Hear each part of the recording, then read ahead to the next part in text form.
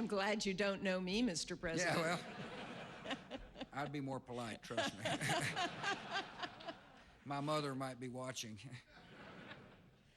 I would like to probe your thoughts on trade. You raised trade in your speech very, very passionately, and the conference board is made up of 2,000 businesses around the world. About a third of them are outside of the United States. And they look at the move toward protectionism in the United States with great alarm, even the shift in the Republican Party toward protectionism. And you mentioned that a confident nation opens its borders. And there does seem to be a lack of confidence in this country. And I wonder if you would give us a diagnosis of why we find ourselves in the situation we do today. First of all, a lot of folks are worried about their neighbors losing work. In other words, they fear jobs moving overseas. And the best way to address that is to recognize that sometimes people lose work because of trade, and when that happens, the best way to deal with it is to provide educational opportunities so somebody can get the skills necessary to fill the higher paying jobs here in the United States. And I think, for example, of what happened to the textile industry in North Carolina.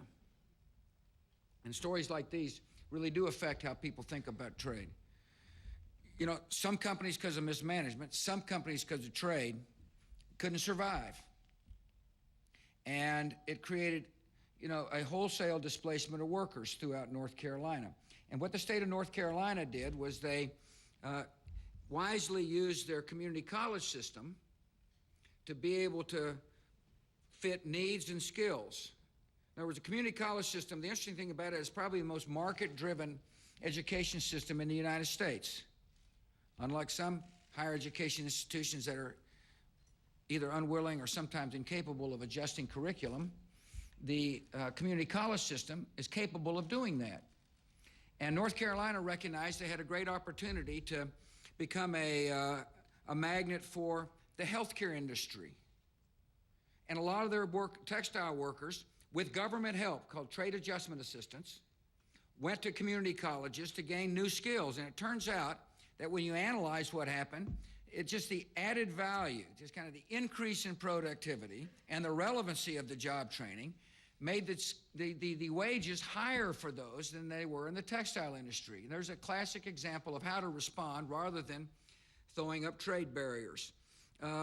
Secondly, a lot of people don't understand this fact, that by having our markets open, it's good for consumers.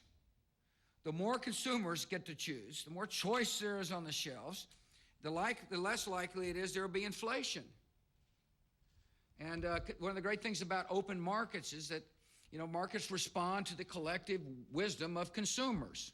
And so therefore it makes sense to have more choice, more opportunities.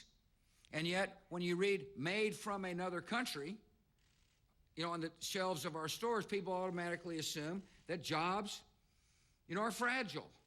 And so we got to do a better job of educating people about the benefits of trade. Third, it's sometimes when times are tough, it's much easier to find, you know, somebody else to blame. And sometimes that somebody else that's easier to blame is somebody in a distant land. And so those are some of the factors. And plus, it's easy politics.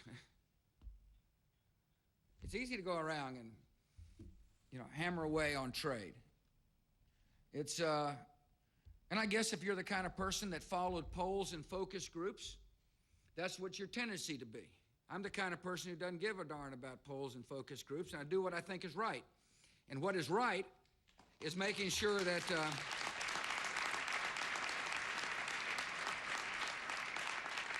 and sometimes if you're going to lead this country, you have to stand in the face of what appears to be a political headwind. And so those are some of the dynamics that makes it hard. And I'm troubled by isolationism and protectionism. As a matter of fact, I dedicated part of my of my State of the Union address a couple of years ago to this very theme. And what concerns me is that the United States of America will become fatigued when it comes to fighting off tyrants, or say it's too hard to spread liberty, or use the excuse that just because freedom hadn't flourished in parts of the world, therefore it's not worth trying.